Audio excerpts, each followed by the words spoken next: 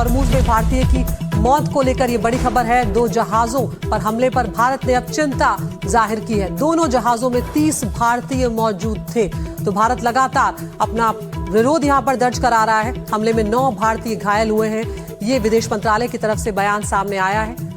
तो 2 जहाजों पर जो हमले हुए हैं, भारत ने उस पर गहरी चिंता अपनी जाहिर की है। और दोनों जहाजों में, ये विदेश मंत्रालय की तरफ से कहा गया है कि दोनों जहाजों में 30 भारतीय मौजूद थे और 9 भारतीय घायल हुए। तो देखिए किस तरह से लगातार यहाँ पर अब भारतीय भी शिकार हो रहे हैं इन हमलों में, क्योंकि कई ऐसे जहाज हैं जिसमें भारतीय भी हैं। और अब यहाँ पर जो एमईए का बयान है, ये चिंता पैदा करने वाला है। और भारत ने इस पूरे मसले पर अपनी चिंता पहले भी जाहिर की है और अब एक बार फिर से यहाँ पर विदेश मंत्रालय की तरफ से ये कहा गया है कि जो दोनों जहाजों पर हमला हुआ है उसमें 30 भारतीय मौजूद थे। स्ट्रेट ऑफ हॉर्मुज से इस वक्त की बड़ी खबर सामने आ रही है। एक और टैंकर पर यहाँ पर हमला हुआ है। तो स्ट्रेट ऑफ हॉर्मुज से बड़ी खबर, ओमान के पास शिप पर यह हमला हुआ है और इस टैंकर पर मिसाइल से हमला किया गया है। तो एक के बाद एक यहाँ पर कई टैंकर, कई जहाज अब हमलों का शिकार हो रहे हैं। UKMTO ने हमले की यहाँ पर जानकारी दी है। तो एक और टैंकर यहाँ पर हमले का शिकार हुआ है। तो अमेरिका और ईरान लगातार आमने सामने हैं यहाँ पर। और सबसे बड़ा मुद्दा अब दोनों ही देशों के बीच स्ट्रेट ऑफ हॉर्मुज पर कंट्रोल का है, नियंत्रण का है। एक तरफ ट्रंप की तरफ से कहा जा रहा है कि अब हॉर्मुज को वो कंट्रोल करेंगे और वहां से जो जहाज निकलेंगे, शिप निकलेंगे, उस पर 20% टैरिफ लिया जाएगा। वहीं ईरान ने कहा है कि हम ही असली संरक्षक हैं स्ट्रेट ऑफ हॉर्मुज के। और इस सब के बीच में एक और टैंकर पर हमला, ओमान के पास ये हमला हुआ है इस शिप पर। तस्वीरें आप देख रहे हैं, धुआं धुआं ये शिप होता हुआ नजर आ रहा है। इस टैंकर पर मिसाइल से अटैक किया गया है। आदित्य राजकौल हमारे सहयोगी हमारे साथ जुड़ रहे हैं। आदित्य, जैसे जैसे दिन बीत रहे हैं तनाव भी बढ़ता जा रहा है और हर दिन एक टैंकर, एक शिप यहाँ पर हमले का शिकार होता हुआ नजर आ रहा है। क्या कुछ अपडेट इस वक्त आपको मिल रहा है?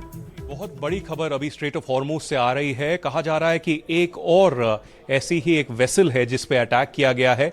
ये UKMTO, जो कि यूके मरीन ऑपरेशंस देखते हैं वहाँ पर, उनके यहाँ से एक एडवाइजरी आई है कि एक और शिप पे अटैक हुआ है।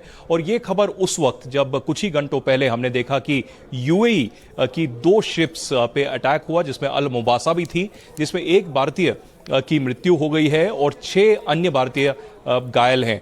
अभी जो इंडिया के जो विदेश मंत्रालय है, उन्होंने ईरान के राजनयिक को समन किया है और उनको प्रोटेस्ट दर्ज किया है और कहा है कि ऐसे हमले नहीं होने चाहिए। और पहले भी आपने देखा कि कुछ हफ्ते पहले जब एक और भारतीय की ऐसी ही मृत्यु हुई थी, तब भी ईरान के टॉप डिप्लोमेट को, राजनयिक को जो है समन किया गया था। हमने ऐसे ही देखा कि अमेरिका के जो डिप्टी चीफ ऑफ मिशन है, उनको भी 2 बार जो है समन किया गया था पहले।